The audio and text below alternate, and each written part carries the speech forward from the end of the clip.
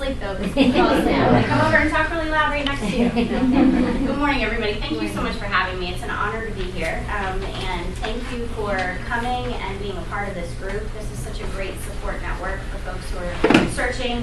You often do feel alone when you're sending out resumes into the black hole of the internet. You never get to hear anything back. Quickly, thank you, Greg, for the introduction. I am here to talk to you about a subject that it seems you've heard a lot of this before. You may have heard this topic in many different ways. And why people talk about it so much is because it is so important. Because you spend so much time at work, you spend so much time with the people you work with, you want to hopefully be doing something that you feel very strongly connected to, right?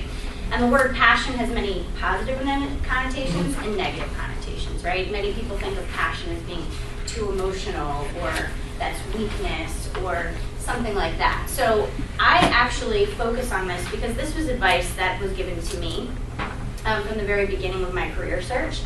Luckily, I had a very amazing mother who pushed me towards things that I felt strongly about. She went in a job that she felt strongly about, but didn't feel like she could feel connected to it in the way that she wanted me to. And it has not steered me wrong. So the foundation of my career began in community organizing, actually here in DC. I worked at the Center for Community Change, working on welfare rights and organizing people from around the country moving towards national initiatives. I've worked legislatively on Capitol Hill for the ACLU, the American Civil Liberties Union. I know that's a four-letter word in some circles. Hopefully this is not one of them. I've worked with youth who are first in their generation to go to college. I myself was as well. And first generation to go to college, but also the people in communities that often are completely discounted, not thought of as being those who should and absolutely deserve to go to college and do really well and succeed. And I've also worked in New York, running permanent supportive housing and emergency shelter for the homeless with an organization called Common Ground. I have been teaching and coaching for about 10 years alongside of my passion. Sometimes your passionate job is not always the most lucrative, so we sometimes have a few jobs. So I come here, my three words are absolutely passionate, excitement, but empathy. So Tom and I are on the same page this morning. This is not an easy place to be. Many of my clients, I still teach at my graduate school program up in New York, the New School. I teach there about 6 to 8 times a year. And what I love about that is the New School offers career development not only for current students, undergrad and graduate, but for the alumni. So in those classes, I teach students who are managing, and I wrote down the different fields that you guys are in, because international development, communications, tech, media, all of these areas, I've coached groups towards these areas, and I've also coached independently. So I have one-on-one coaching that I do with independent clients. So I just am excited to be here with you guys. We have a little bit of ground to cover, so bear with me. I know very clearly the hour time frame. So the introductions were helpful, but I wanted to get just a show of hands. So this is how I like to start, because I don't want to make assumptions. You may be here for a reason that you didn't necessarily share in the circle, but if you're currently working in your passion and you want to do more towards that, raise your hand. Okay, good. Started out in your passion, but are losing connection with it. Okay. Want to identify your passion. You're not really sure. You haven't stopped along the highway of life to say, I'm not really sure I've ever thought about this. Okay, good. That's fair. And then unsure, just want to learn more. This word passion, you're like, I don't know. I'm going to show up. I'm not really sure. Let's see what she has to say. Great. Okay. So here are simple goals today. 3 goals. It's a Monday. Let's not overwhelm ourselves. It's a short week, right? To learn how to identify your passions, converting them into transferable skills, very important, and identify ways to market them to attain employment that is engaging and fulfilling. Sound good? Yes. Okay. I'm coming off of a little bit of a cold, so bear with me if I'm a little bit stuffy. Okay. So I've talked to you about what I do and what a little bit of my 90-second pitch. We're all familiar with a 90-second pitch, right? It's an important piece. You can offer a little summary about yourself in an elevator or quickly after an event, meeting with someone. But my question to you is, what do you include in that 90-second pitch? What do you talk about? Do you just talk about the jobs that you've had? Do you just talk about where you've worked and why? Do you talk about your interest in travel? Do you connect that interest in travel to why you like to want to possibly do international work? These are the questions for you. So when I talk about myself, I talk about a few of these things. My big purpose on this life, on this world, my mom would have me watch documentaries of the civil rights movement, things that happened in the 60s that are unfortunately we're seeing repeated today. And it sat me down when I was 7 years old and said, it is your job to make sure this does not ever happen again. So this piece, giving voice to people and causes, is absolutely passion for me. Another piece, homeless service provider. That's something that people like to talk about, right? When you mention something like that, it brings a lot of questions. People have questions about homelessness. Sometimes I engage with people in conversations on a level that I never would have had I not mentioned it. Something to bring up. An empathetic listener. I am absolutely empathetic to where you all are, where you all want to be, how difficult it can be, how intimidating, but also in my staff, when I work with my staff. When they come to me and say, this is too much, you've given me too many deadlines, there needs to be empathy there as a manager, and I bring that. Change agent, absolutely. Policymaker. Hopefully the First Lady will hear what we have to say. Educator and lifelong learner. I'm constantly wanting to develop myself and be better, which is partially why I do coaching. Because as I work with students, groups, and one-on-one, you're absolutely challenged to think about yourself, how you could do better, and you're motivated to see what other people are doing in the world. It's all really important. An advocate. Tough to do in state government, but I work for nonprofits. Fearless about trying new things. As a manager, that can be a little bit scary for folks, but it can also be really liberating in some ways. And obviously there's balance to that. And a manager of people, career coach, and servant leader. I heard someone mention servant leadership. Very important, right? Are you all familiar with the premise of servant leadership? Basically, it takes that triangle of the top-down approach in management. And Delia, feel free to correct me if I'm getting this wrong. And it turns it on its head. And really the managers work for those who work for them, right? It is your job as a manager to be a servant leader to those that you're working with. Amazing books, amazing trainings, really good stuff online, TED Talks and things like that. Definitely look into it if you're our manager. It will shift the way you think about things. Okay, so the quote, find something you are passionate about in this world, and as long as you follow it, you will always find work that motivates you. My mom said that as I was coming out of college. I thought, yeah, okay, sure. I need to be able to pay these student loans off quickly. I don't know if I'm going to have the luxury to do that. But fortunately, I followed that. And I started to look at organizations and causes that spoke to me, connected to me. So as a community organizer, you absolutely get to work in your passion. I was a union organizer for a little while. It was a little bit of a different approach. And I thought, but it was good, it led me there. I was able to experience it, and I shifted to other positions and other opportunities. This has never steered me wrong. In every client that I work with, every class that I coach, I talk about it, because so often we jump into the hows of the job search, not the why. And that's what we're here to talk about today. Okay, so to be personally mission driven, what does this mean to you when I say something like this? When you're personally mission driven, as it relates to your job search. Anybody want to throw out? I will be asking questions today, I'm sorry. So, anticipatory process. Any thoughts? There's no wrong answer, I promise. Yes? To me, it's kind of like what your bigger purpose is. Like What your bigger purpose is. Yeah, you have something, a goal you're trying to achieve in the long run, like for people. You want to work towards that mission you're here. Why you're on the earth, right? Yes? What drives you? What drives you? I mean, that's what it says, but just what's going to Absolutely. keep you focused and engaged and interested. Right? Good. So knowing what your passions are, having confidence in that gift. So we're going to talk a little bit today about, and you have in your handouts, did everybody receive a handout? Okay, great. If you could pass this one back, that'd be great. So passion is not enough. You can't walk into a job and say, hey, I'm really passionate about this, you should hire me. Yeah, okay. Everybody, I could go out on the street and find 5 people who are passionate about this to get a job, right? And let's be real, every job that you apply for, you're not always going to be passionate about, right? There are going to be aspects about what you get to do and the qualifications you're looking for and things that interest you.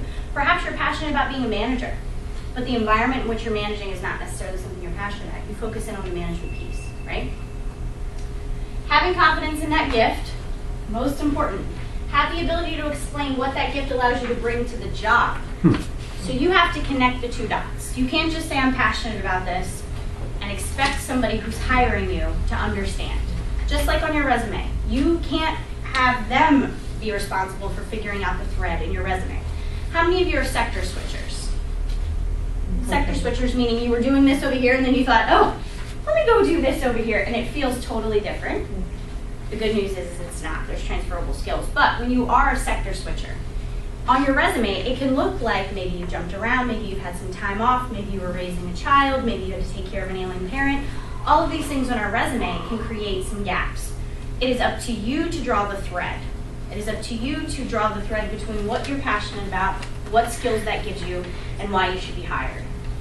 Oh, geez. Last thing, seeking opportunities that allow you to work in your passion on a regular basis. Regular basis meaning in general. So there's many jobs out there that are exciting and interesting, but let's be honest. Every piece of what you do every day is not always going to be interesting and exciting, right? Every job is a little bit of the routine, tasks, right?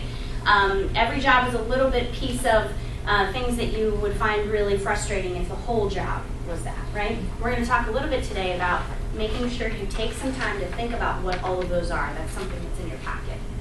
Okay. So when I say all of this, let me ask you too, have you included a personal mission statement or a personal mission in your career search up to this point? Have you connected the two? Do you feel like the two things are separate? If you feel like you have a personal purpose, a purpose of being on this earth, have you been able to connect that to what you want to do in your job? Or have they felt like they needed to be two separate things? Two separate. Okay, thank you, Maggie. Would you mind sharing why? I think that part of what makes it twofold for me is that I wound up having a liberal arts degree, not really knowing where to go, and just following something that I knew how to do. Okay. And then where the passion comes in is actually raising my child and trying to do the best for him and be a good role model.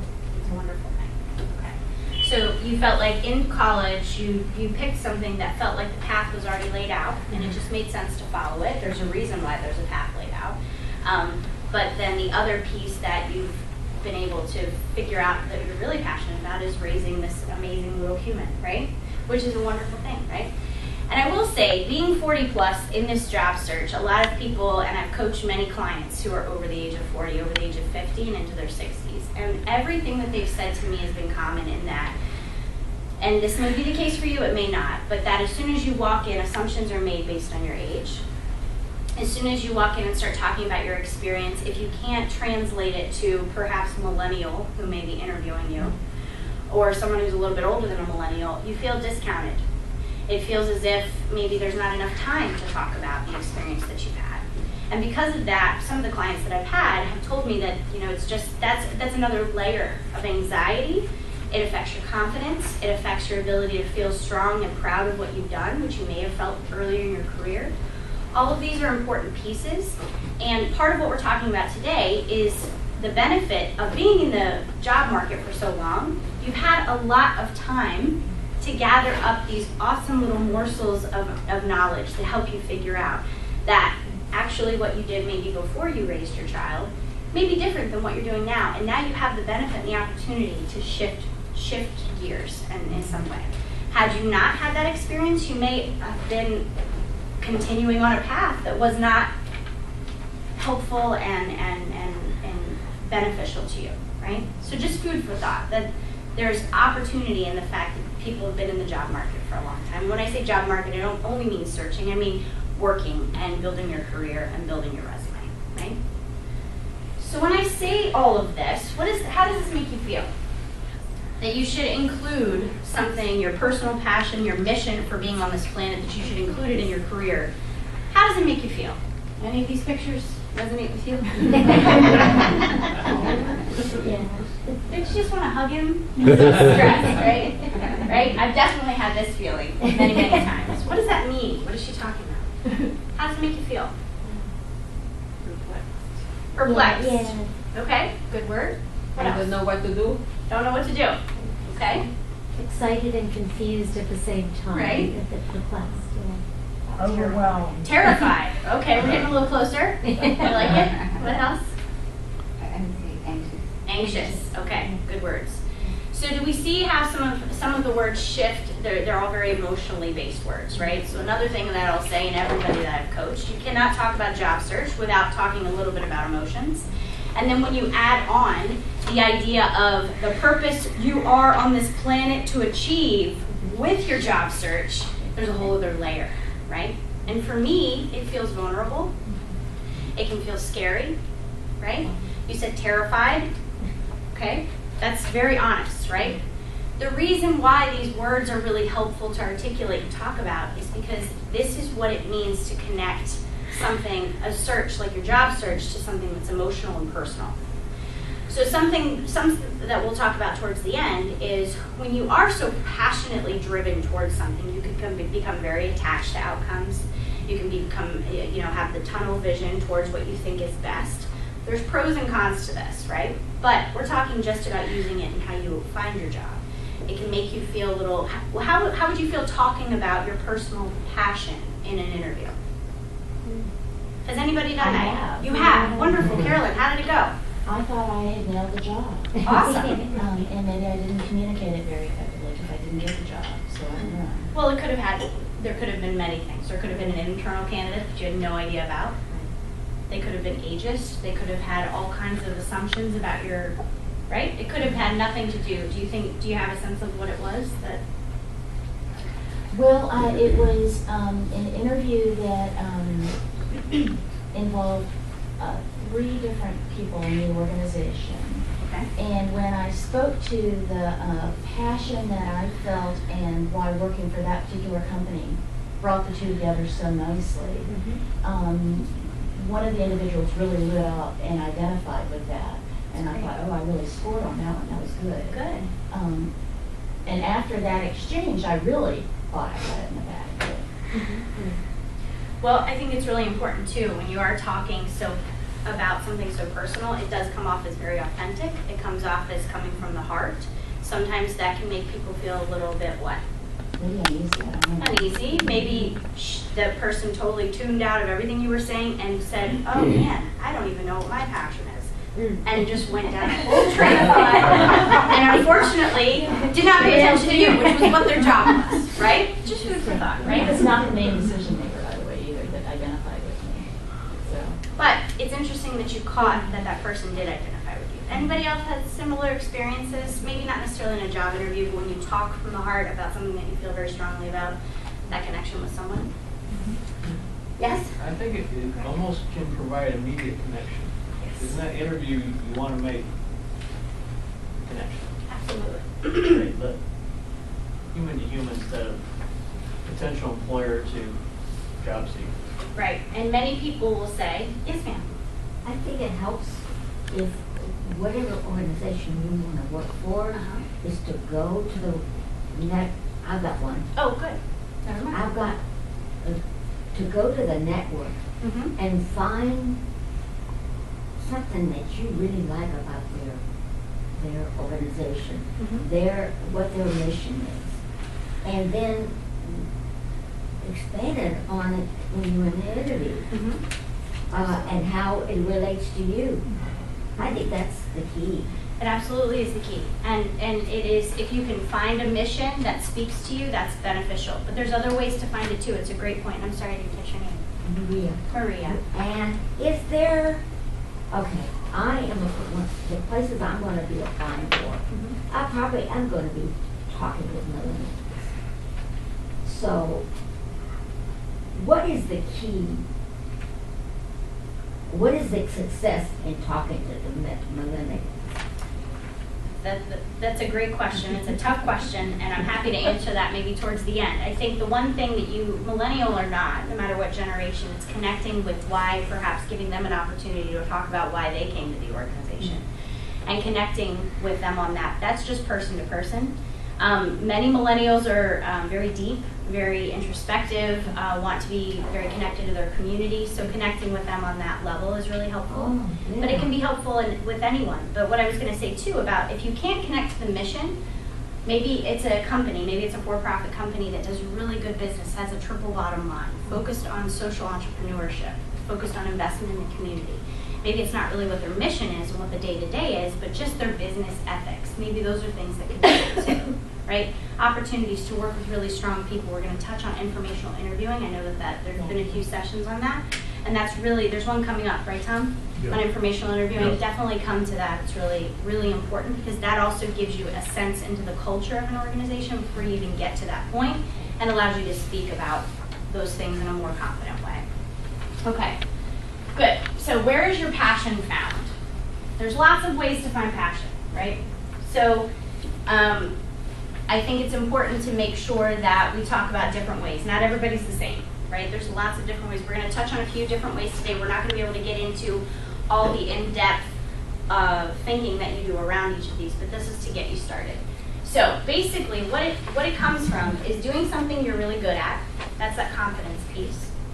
Connecting to making people's lives better, perhaps, right? In some way, whether it's your own team, whether it's the organization, whether it's the constituents that work for you, that you're serving as an organization, and then feeling appreciated. How many like to feel appreciated at work? How many have felt appreciated at work? Good, okay. I would like to point out not everybody raised their hand. So, again, looking into servant leadership, because if you are a manager, it's your job to make people feel appreciated in very small ways. It really does shift. There's documentation and tons of research about people not leaving jobs because of the job itself, but because of the manager that they work for. So if you are that manager, make sure that you're touching on that and you're focused on that. So again, being personally mission-driven, tapping into your emotions, and feeling a little bit vulnerable. But if you are feeling vulnerable, but you're feeling appreciated, you're making lives different and better, and you're doing something you're good at, that helps you feel a little bit more confident. Okay, there's a lot of different places where you can pick this up. So it's not just in work, right? So how many other ways do you interface in the world? Socially. Your community, socially. How many of you volunteer? If you're not employed currently, it's really good to stay volunteering and stay connected in your community that way. It's a really great way to figure out other areas that you're passionate about. Religious communities like church or synagogue. Perfect. Religious communities, those can be very beneficial. There's already kind of a level of vulnerability there just in the air of where you are and how you worship, right? And that can connect people very personally, quickly. It's a really great way. Others? Your hobbies? Your hobbies? Yep. How can that be helpful? People that you interact with are completely different than you would be interacting with at work. But you're doing something that you love. Exactly. Now, when we're doing something that we love, what is different about our physiology? If you're sitting at work on your computer, how many people like to sit at work on their computer? Hunched over, neck pain, right? Mouse. How many people feel like they're in their zen there? Anyone? No. Yeah, exactly. But when you're doing a hobby, when you're volunteering, when you're bubbly around a community, right, and you're working with people and you're trying to have, that's a totally different feeling. So imagine channeling some of that feeling during an interview. In an interview, do you feel like you're in your zen? No. Right? We have the sweaty hands, right? We have the sweaty anything, right? We have the forget to breathe. We have the high pitch, don't breathe, and your voice keeps going up higher and higher and higher, and then you get all red, right? So think about, I've seen this in workshops with my clients and the students that I coach. When you start talking about just a little bit, you don't have to get on your soapbox.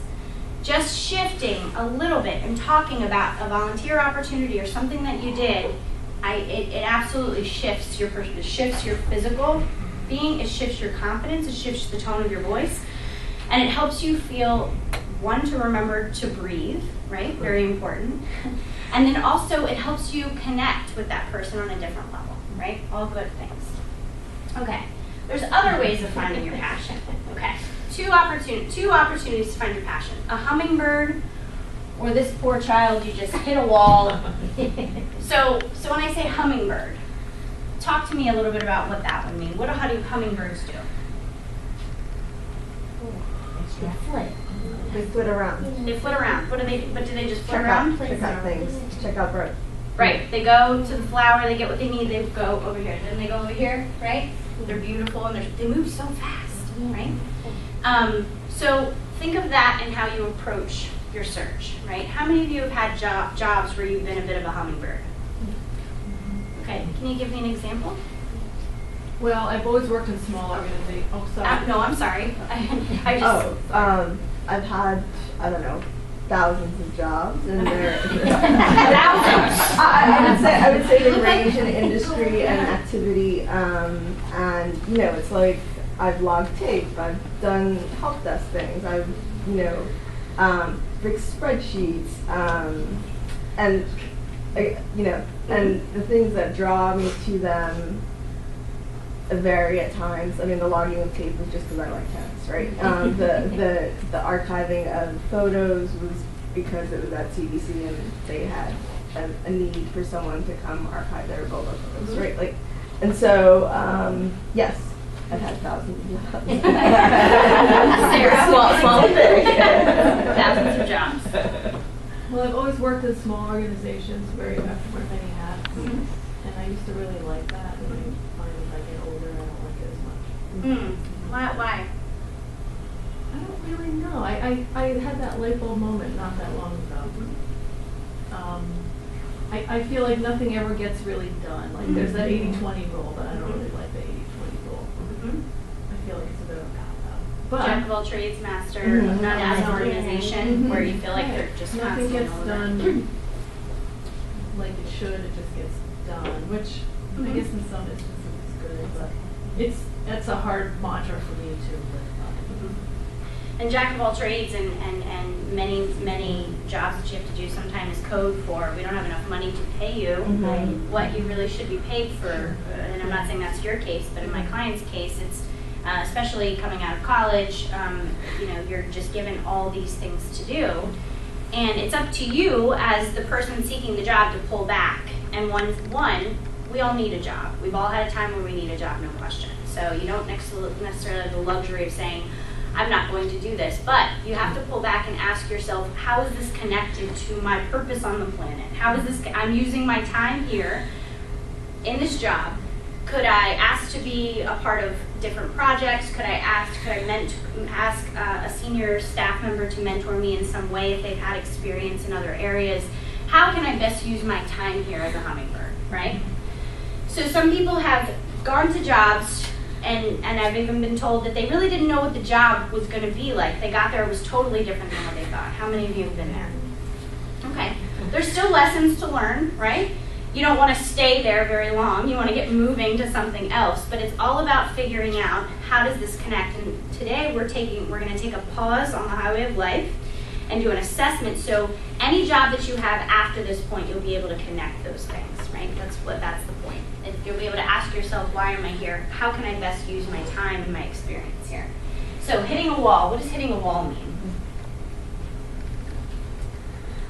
How many people felt like they've hit a wall at a job? I think it's when you lose ideas of what you about. Okay. You lose yourself in the job? Somehow you lose something. I'm not sure. You lose something, and you can't seem to get what your purpose is back. I think that's when you hit a wall. Okay, that's great. Yeah, go ahead. Not being able to keep up with the technology is my problem. Okay. It's like I either have to go to some related occupation or something, which I have been doing in the last few years. But that's been my challenge. I'm trying to keep up. You're not alone, Tom. I can't even keep up with technology. I am keeping up with technology. Well, great. I'm getting a free training at MLAK Library, and I also have joined lynda.com. Awesome. You guys should connect. And Universal Class, that's another online that goes through the library. You don't pay anything. Awesome. Good resources here. And Tom, I think you mentioned that you were in IT communications, right? IT software testing. software. So maybe that's a little bit on even an even higher level of keeping up with the technology, right? Right. Yeah. Let me rephrase the question, hitting a wall. So has anything ever happened in your life where it's angered you so much to say that should not be happening? Either it's something that's happened to you, something that's happened to a friend, a loved one, you see it out in the world, it's nobody you even know, but you're observing it, and you just hit a wall and say that's it. It can't happen anymore. Has anybody had that experience in the last, 2 years? Yeah, okay. So, there's ways, I'm saying that, meaning hitting a wall means that you're hitting something, all of a sudden you see something happening and you're just like, this is not right. This can't happen. And all of a sudden you connect with something in yourself that you didn't even know that you cared that much about. Has anybody had that experience? Okay, all right, good. You mean it's happening in the organization? Is that what you mean? Just happening in the world, happening in your circles, your social circles, friends, people that are out there that you don't necessarily know, but you feel very strongly should not be treated in the way that they are. For me, it was a combination of both of these things.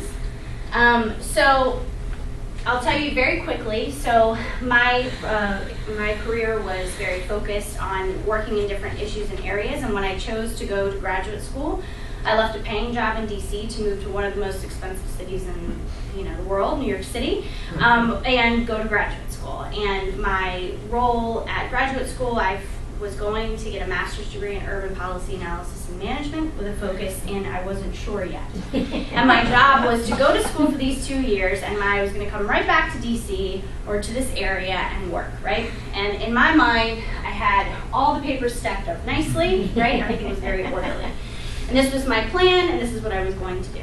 The beauty of my graduate program, I'll say first semester in, we were all sitting around. We had just completed a policy lab, and our associate dean was asking us, what do you want to do now? And everybody around the room had their internship set up. They knew what they were going to do. They were applying for it, and I had a sense of panic. Right.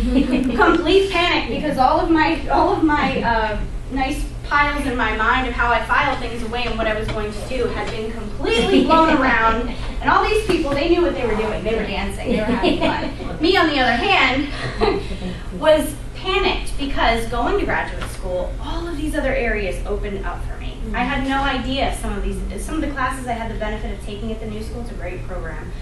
And the client-based work that we were doing and the things and talking to my classmates who would come from different parts of the world, I had no idea. And all of a sudden, I was in panic because I did not have everything nice and orderly like this. And it made me feel very vulnerable. But what reconnected me and helped me remember that it's okay to feel this way was I connected to the passion. So as long as whatever position or work that I was going to be doing throughout graduate school and after graduate school, as long as I connected to something I cared about, that calmed me down a little bit, right? And reassured me that I was going to be okay. Okay, so you've heard me say it, being passionate is not enough. Why do I say that? You have to have the skills to do the job. Right. You have to have the skills to do the job. We can't just say we're passionate, so there you go, hire me, right? You also have to not only have the skills to do the job, but you have to understand, is this something that I'm good at, or is it just something I enjoy doing? Is it something that I have proof that I'm good at? Because as an employer, it's going to be important for you to be able to articulate your skill sets with those pieces and make sure that they understand that you're good at it, evidencing your skill sets. We're going to talk a little bit about that too. We're touching on a lot of things that I go through with each of my clients. So, what is the one special gift or passion I have? We don't have to talk about all of them. The good news is you probably have more than just one, right? Today we're just going to focus on one to go through an exercise today, and of course you'll have homework. What do I like about this specific thing? These are the questions to ask you, and you do have this in your packet. I'm going to ask you guys to fill this out with one passion special gift. As we're talking through it, I'm going to give you about a minute or two to finish it up. Can I demonstrate that I'm good at this? We're going to talk about how to do that, so don't panic if you're not sure the answer to this question. What is a transferable skill? What do I mean by transferable skills? Anybody?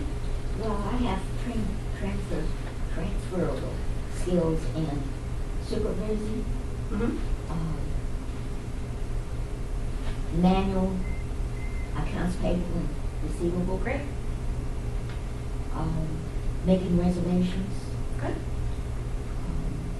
Those are good examples. I love to learn. I'm ready to learn. Good. Absolutely. And once we stop learning, that's the world's, it's just all over at that point, right? So thank you. That's a great example. The last piece is how can I find a job doing this, right? So let's talk a little bit about transferable skills. So Maria, is that Maria? Wonderful. So those you gave us some great examples. Transferable skills basically are generalized abilities that have application in a variety of circumstances. People say transferable skills and you think it's like this extra set of skills you're supposed to go find and do. No. Good news is most of you already have these. You just have to articulate them and draw them out of your resume, drop them into cover letters, get comfortable talking about examples in your interview. We're going to talk a little bit about that too. Where do they come from?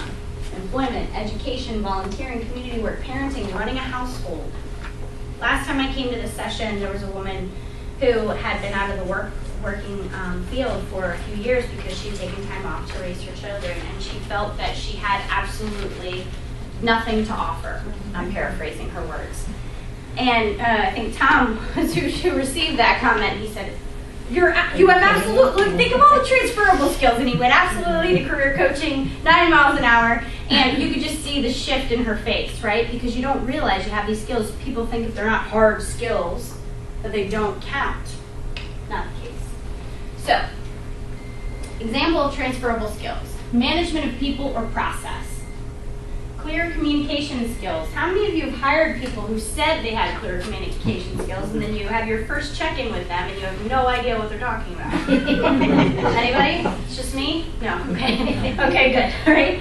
How many people have had people that they've hired who said that they're excellent writers and the first piece that you get from them, you're like spending 12 hours?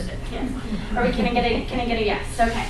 Right. So these are important transferable skills, and do not fib about them. If you're not good at them, don't highlight them. Customer service skills, important, right?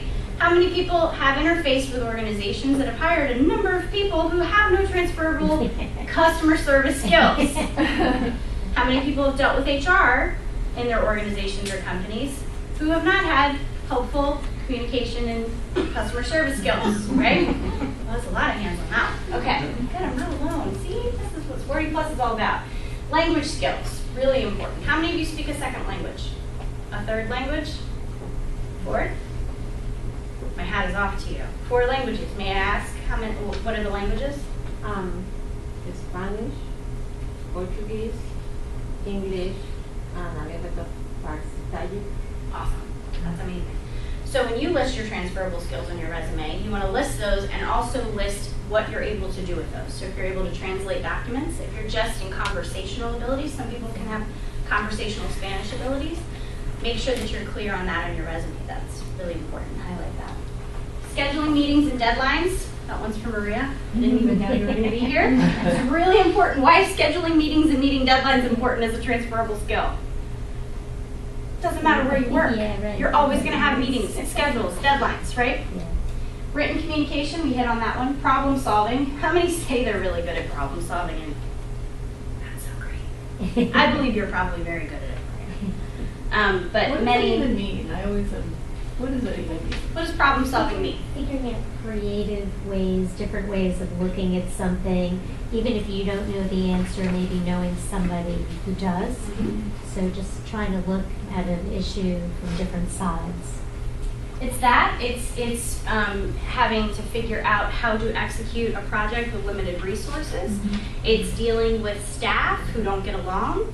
It's any kind of problem that you can imagine in the workplace. That's and conflict management, isn't it? is all of that. Yeah. Absolutely. Okay. Interpersonal skills and teamwork. Very important interpersonal skills. Interpersonal skills can mean a variety of things, but if you have someone who's just constantly never able to get along with a team, that can be a real hindrance to your progress, right?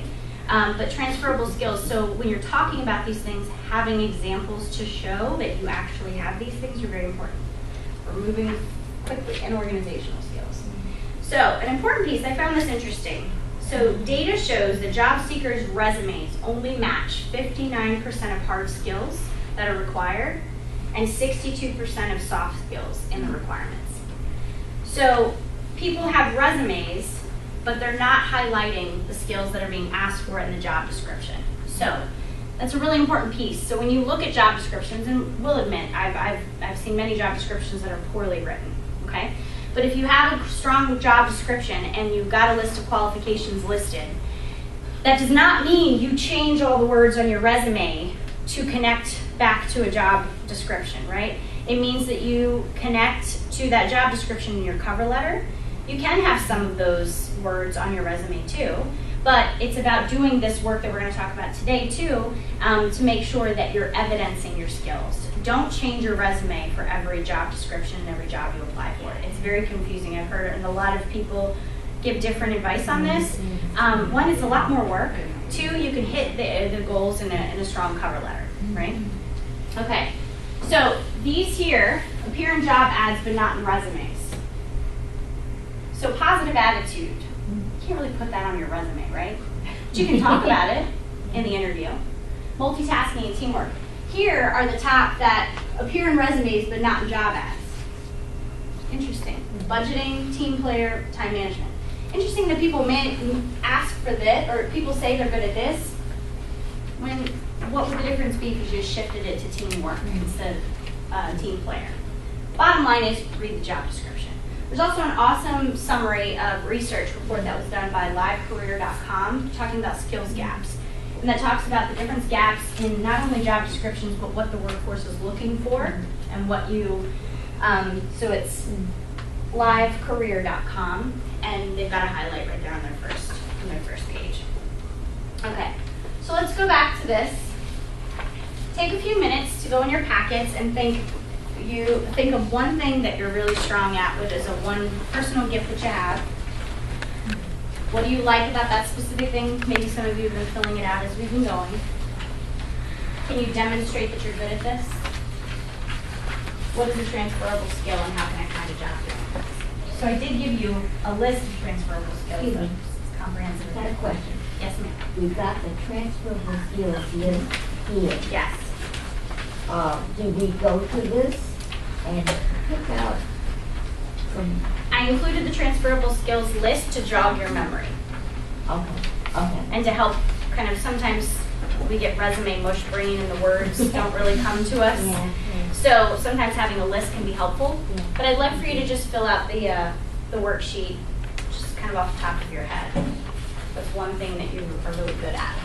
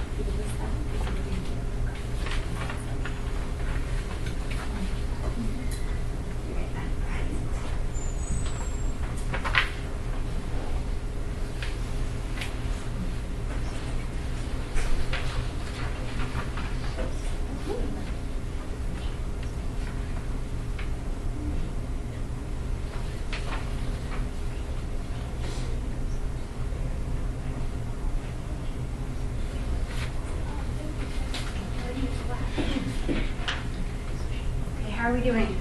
Have we figured out our life's passion? You guys can go home early if you want. No pressure. Would it help to have an example? Yeah? Okay.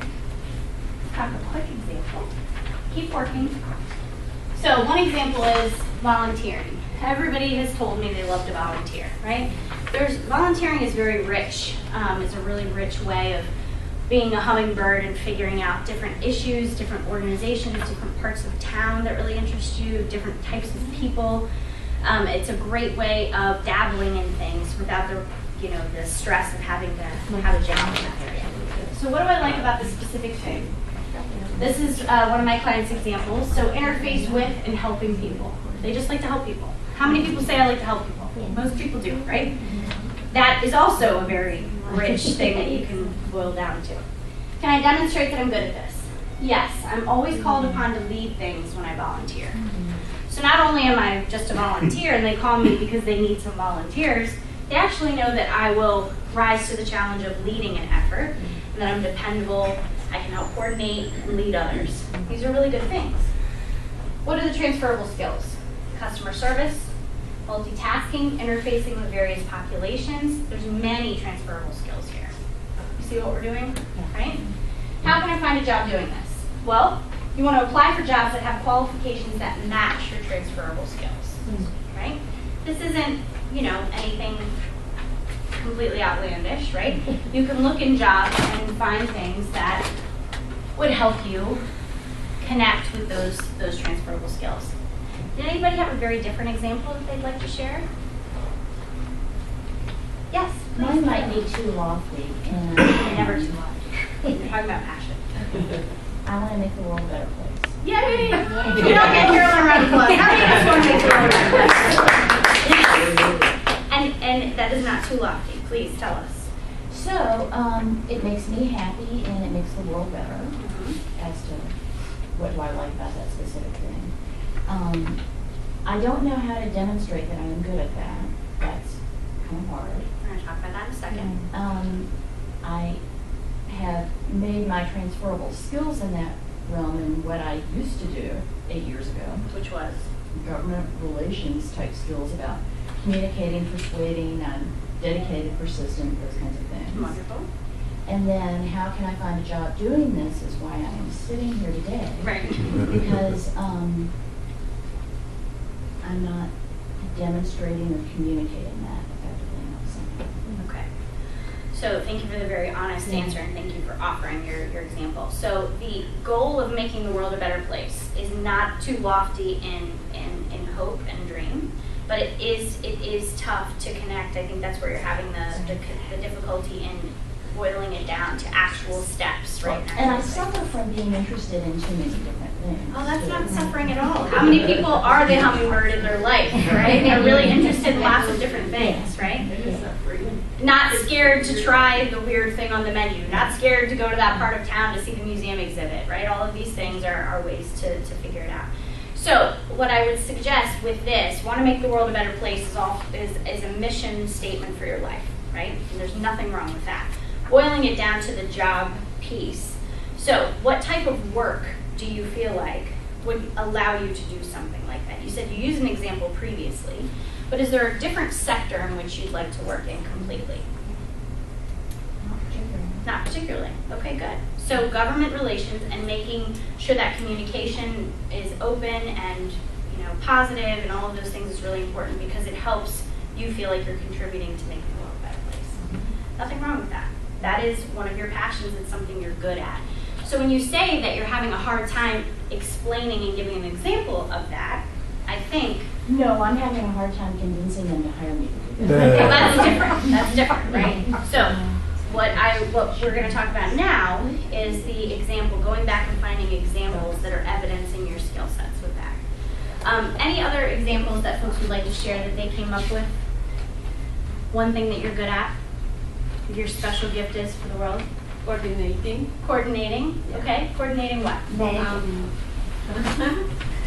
Any activity, like I am now like the community outreach director for the Latin American engineers, architects, and designers.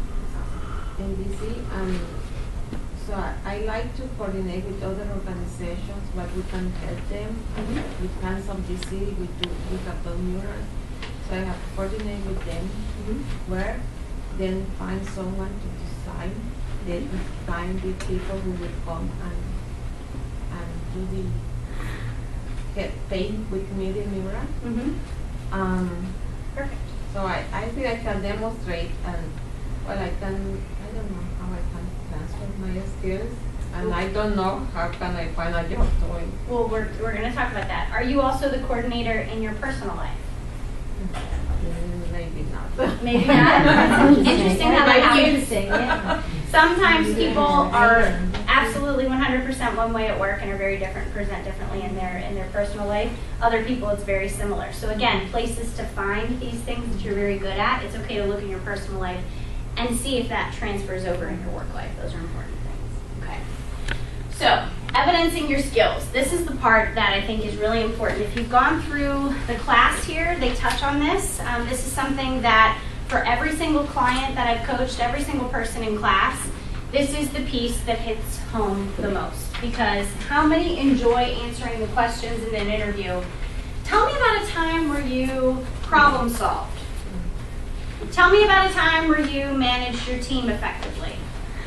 Tell me about a time where you met a deadline that had competing priorities. How many of you have gotten those questions? How many of you have an answer ready to go? Some of you do. Okay. Now, when you give that answer, how do you talk about that answer? What do you say? Do you tell about the whole situation? You tell. You have it? What's that start situation in the past? There's a few acronyms. Right. There's a few acronyms. Some of the acronyms leave out the part of the action that you took. So let's talk through this. So what the problem was. What was the problem or opportunity you recognized? This can be anywhere. This can be personally, this can be at work, this can be with your family, all of that. Okay? There's a problem. And it's not always a negative. There's a negative connotation, but it's not always a negative. It's a situation where a process maybe is missing a step. Or somebody's always done it this way, we're never going to change it, but you actually have an idea to make it better, and that's okay. And you took the action to make it better. So the second piece is, what was the nature and level of your personal intervention? Okay, the action that you took, and the result of that action. What were the measurable outcomes? How did your action benefit the company and the organization?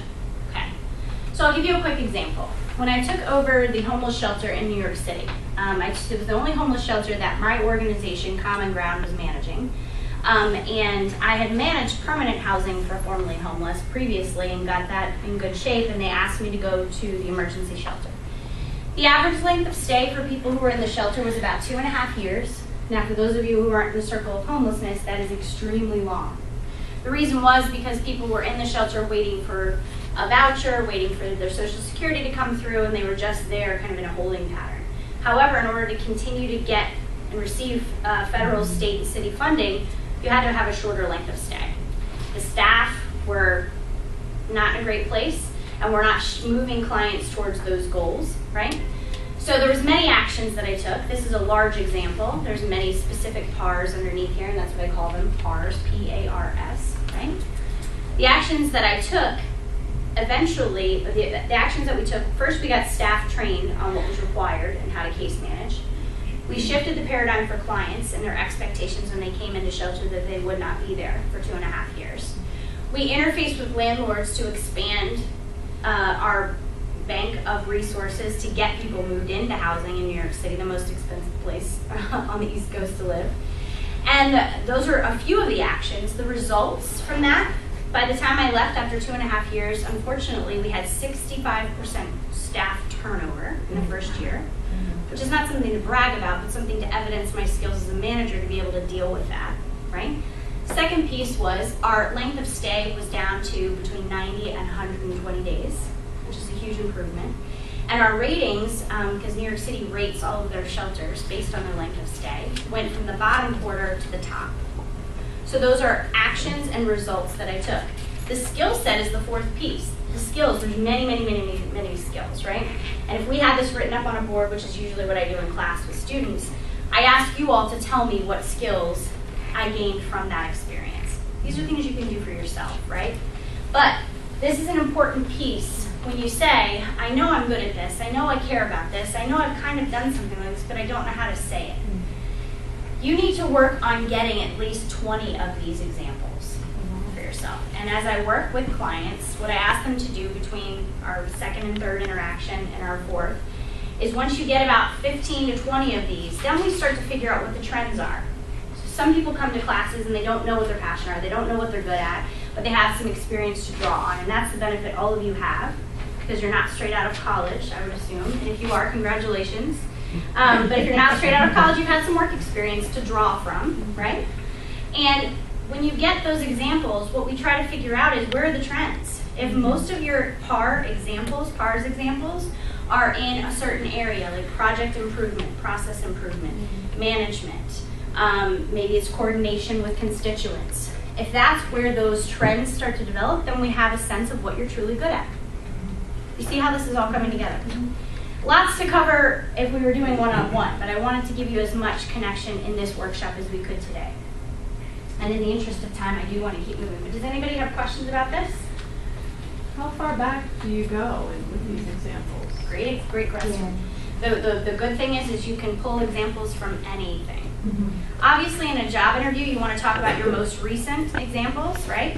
But there's nothing wrong to say with, one example that I talk about is my graduate school story that I shared here and figuring out what my interest was and what what client-based projects I worked on. But you can pull back from college, undergrad, volunteering, growing up, what you saw growing up. That's a really important piece too. Some people have had a problem, an action you took, a result, and the skills you gained that back in high school. It's really limitless. Obviously, you should focus on the most recent pieces to evidence your skills in the job market, but connecting to your passion, some of that stuff probably happened when you were very young. So think about those things. Is this jogging your memory in a different way? Okay. All right, so now let's take a few minutes. This is where you get to be in the driver's seat. How many of you feel like your job search is happening to you? Okay, raise your hands, right? What do you mean by that? Meaning that you send a resume out, you make a call, and if they call you back, you're so happy you don't even care what the job is. You'll call them back and want to go in for an interview, right? We've all been there, trust me. You're like, and even to the point where this is another organizational piece. Make sure that whenever you apply for a job, you're keeping it somewhere in a binder, perhaps, with the cover letter and the job description, so when that person calls you and they tell you what you applied for, you have it in one place and you can remember. So you're not like, what job is this again? I have called people for a job and they don't even remember what job. There's many people who apply in particular for state government jobs who forget that they applied. I think part of it is the process takes a really long time. So stay organized with that, right? So here's where you get to be a little bit in the driver's seat, right? Figuring out what your passion is, having some skills that you have evidence to back up, and then ask yourself, where do you want this next job to be? I know you want it to be a job, you want to get paid, you want to be happy to be able to pay your bills. These are all good things, right? But in your packet, what page is it? Is it the last page? I think it's the second to last page. We won't have time for you to go through all of it. Your ideal work profile. Now this sounds like, how many of you have actually stopped and thought about what you want this next job to look like? Good, okay. We all know, maybe you don't, that maybe about 9 to 10% of jobs are actually found by applying online with your resume. Maybe 9 to 10%. That leaves us about 90% of jobs that are found in other ways. Sending your resume off into the black hole and hoping for the best is not the way to do it, right? It's the networking piece, it's the informational interviews. How many of you are on LinkedIn? Okay. LinkedIn actually is really beneficial. A lot of people, last time I was here, some people had concerns that LinkedIn would send you a bunch of emails that you didn't want and spam and things like that. LinkedIn is a great tool, not only for you to put yourself out there and have a face, but also for you to connect with people who you may be interviewing with, organizations that you don't even know. A friend of yours may work there and will help you talk and learn about the organization. So take a few minutes to go through this ideal work profile. Again, I apologize, we won't have time to go through all of it today. But these are the questions you should be asking yourself when you're looking for your next job and ranking some of these pieces. So many of us will give up on the thing that we want just to take the job. Many of us will take a $20,000 pay cut just to get the job. You have to remember that connecting to why you apply for that job and making sure that it's a good reason that will stay connected as you keep the job is really important. You want to make sure that you're thinking about these things ahead of time. Maria, did you have a question? Please go ahead and Yes. work through. Just ranking those things. I did have a question. Let me think about it. Sure, no problem.